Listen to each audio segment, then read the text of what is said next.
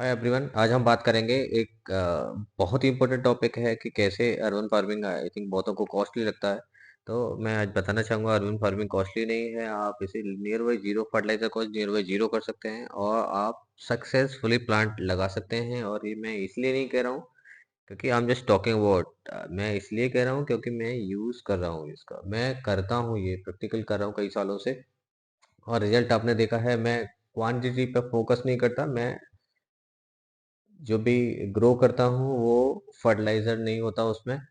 Reason है कि क्योंकि हम होम यूज़ के लिए करते हैं, तो मैं कुछ भी ऐसा नहीं करना चाहता जिसमें फर्टिलाइज़र हो या केमिकल हो, कुछ भी हो। मैं यूज़ नहीं करता केमिकल। तो मैं भी बताऊँगा कि आपको कॉस्ट को आप और अपने अर्बन फार्मिंग की कॉस्ट को कैसे ज़ीरो कर सकते हैं, तो उसके बारे में बात करते हैं। आज बात करते हैं एक मैक्रो न्यूट्रिशन, नाइट्रोजन के बारे में हम बात करेंगे, पोटेशियम के बारे में भी आगे।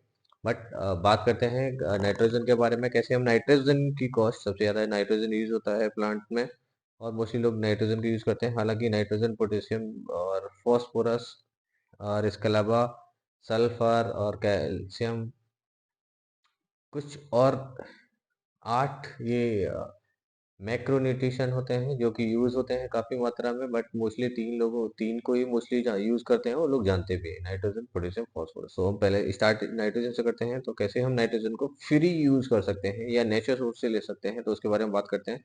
सबसे पहला सोर्स है लेग्यूस, लगा सकते हैं लेग्यूस इन द सेंस ऑफ मूंग, चना, लोबिया या मेथी, जो कि किचन में होते हैं। आप उनको यूज कर सकते हैं, उनको ग्रो करें। उसमें आपका प्लांट जहां आपने लगा रखा है उसमें लगाएं। और लगाने से आप ये ना सोचें कि सिर्फ फर्टिलाइजर ले लेगा, वो उससे फायदा ये होगा कि उसकी जड़ों में जो राइजोबियम नाम का बैक्टीरिया होगा, ये बैक्टीरिया नाइट्रोजन को वायुमंडल से लेगा और वायुमंडल से लेने के बाद उसको कन्वर्ट कर देगा सॉइल में। तो आपको नाइट्रोजन के लिए किसी फर्टिलाइजर की जरूरत नहीं होगी। आपकी सॉइल खुद ही सही हो जाएगी। यानी सॉइल को, कंडीशन को ठीक करता है ये। बात कर सकते हैं आप ग्रीन खाद का यूज कर सकते हैं। जैसे ग्रीन खाद इन सेंस ऑफ सरसों लगा सकते हैं, सनई, मूंगफली जैसी फसल लगा सकते हैं, जो कि मैंने पिक में दिखाया है। कुछ ऐसी चीजें होती हैं जिनको आप ग्रो कर सकते हैं और फूल आने से पहले इनको मिट्टी में मिला सकते हैं। ये मिट्टी में मिलाने से आपकी सॉइल को थ्रो नहीं करना पड़ेगा, एक्सचेंज नहीं करना पड़ेगा। वो सॉइल जो आपके पॉट में है वो सॉइल ही नाइट्रोजन से लैस हो जाएगी और ये नाइट्रोजन आपके पौधों को मिलेगी। अगला जैसे कि बात करते हैं, एक बहुत ही इंपॉर्टेंट है ये, वो मोस्टली लोगों को करना चाहिए क्योंकि ये नेचुरल है।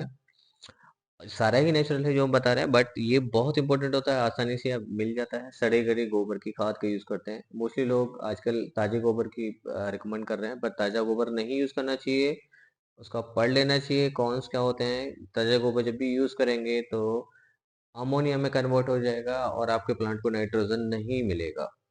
तो सड़े हुए गोबर की खाद, जितना पुराना गोबर की खाद हो, सड़े हो, बैक्टीरियाज होते हैं उनमें, वो बैक्टीरियाज नाइट्रोजन से लेस होते हैं। नाइट्रोजन वायुमंडल से लेते हैं और वायुमंडल से लेने के बाद वो उसमें आपके प्लांट को देते हैं सॉइल में। तो वो सड़े गले गोबर की खाद का यूज करें। गाय, भैंस, बकरी या जिसका भी गोबर मिल जाता है वो उसका यूज करें। नेक्स्ट बात करते हैं, ये भी आप यूज कर सकते हैं और ये भी फ्री है, ये बिल्कुल फ्री है। इसको भी कहते हैं मल्चिंग, कहते हैं मल्चिंग। आपने आई थिंक सुना होगा, इसके कई सारी अदर यूज भी हैं, बट हम बात कर रहे हैं नाइट्रोजन के सेंस के लिए, फर्टिलाइजर सेंस के लिए। तो मल्चिंग किसी भी प्लांट के लिए, आपको जो पॉट में लगा रखा है उसमें मल्चिंग करें।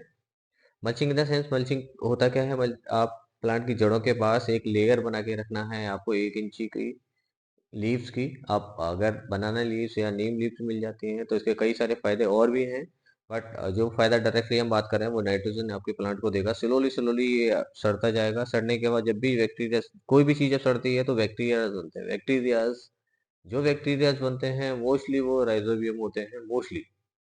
I am not talking about the rhizobium.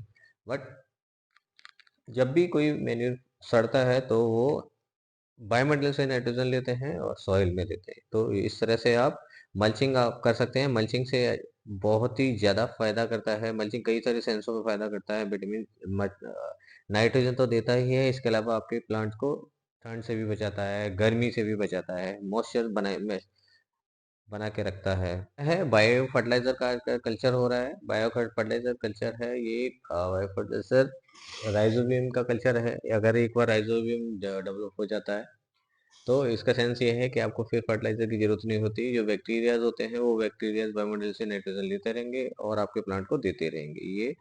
बहुत ही अ, ये भी बहुत ही नेचुरल सोर्स है। करते हैं आप वुड एश ले सकते हैं। वुड एश में काफ़ी सावधानी रखनी है, क्योंकि कोई भी केमिकल से प्रोसेस वुड नहीं ले सकते आप। सिंपल लकड़ी ले सकते हैं। कोई पिलाई या कुछ इस तरह का जो केमिकल में प्रोसेस हुई है, गत्ते वगैरह भी नहीं ले सकते, जला उनको नहीं जला सकते, क्योंकि उनमें केमिकल होता है। इवन इनको मिट्टी सॉइल में भी यूज नहीं करना चाहिए। कुछ लोग इसको वीडियो में देखा है, आप मिट्टी में मिला देते हैं सड़ा गला चीजें। बहुत सारी चीजें ऐसी होती हैं जो फट्टे मिला देते हैं, या कार्टून जिसको कहते हैं, जिसमें पैकिंग आती है, वो केमिकल से प्रोसेस होते हैं। उनमें टेप भी होती है, वो भी केमिकल में होती है, तो वो बहुत ही ज्यादा हार्मफुल होती है किसी भी प्लांट के लिए।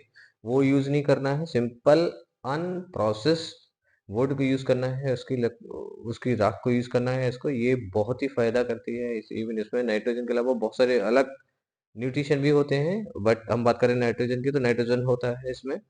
और इसका मात्रा बहुत इंपॉर्टेंट है। आप ज्यादा मात्रा में यूज करेंगे तो इसको पीएच बढ़ा सकता है, तो सावधानी में ही रखना है। बात करते हैं सूक्ष्म जीवों को यूज करें, सूक्ष्म जीवों को बढ़ावा दें। ये सूक्ष्म जीव नाइट्रोजन फिक्सेशन करते हैं।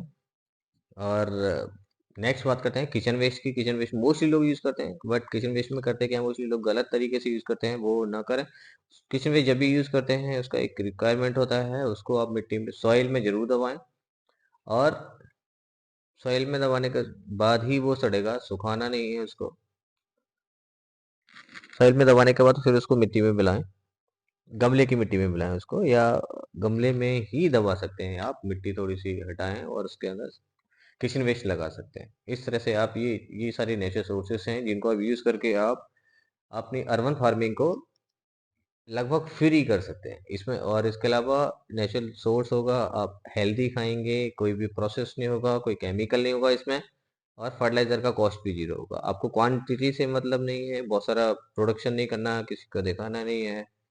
तो ये बहुत ही ज़्यादा नेचुरल है। और थैंक यू।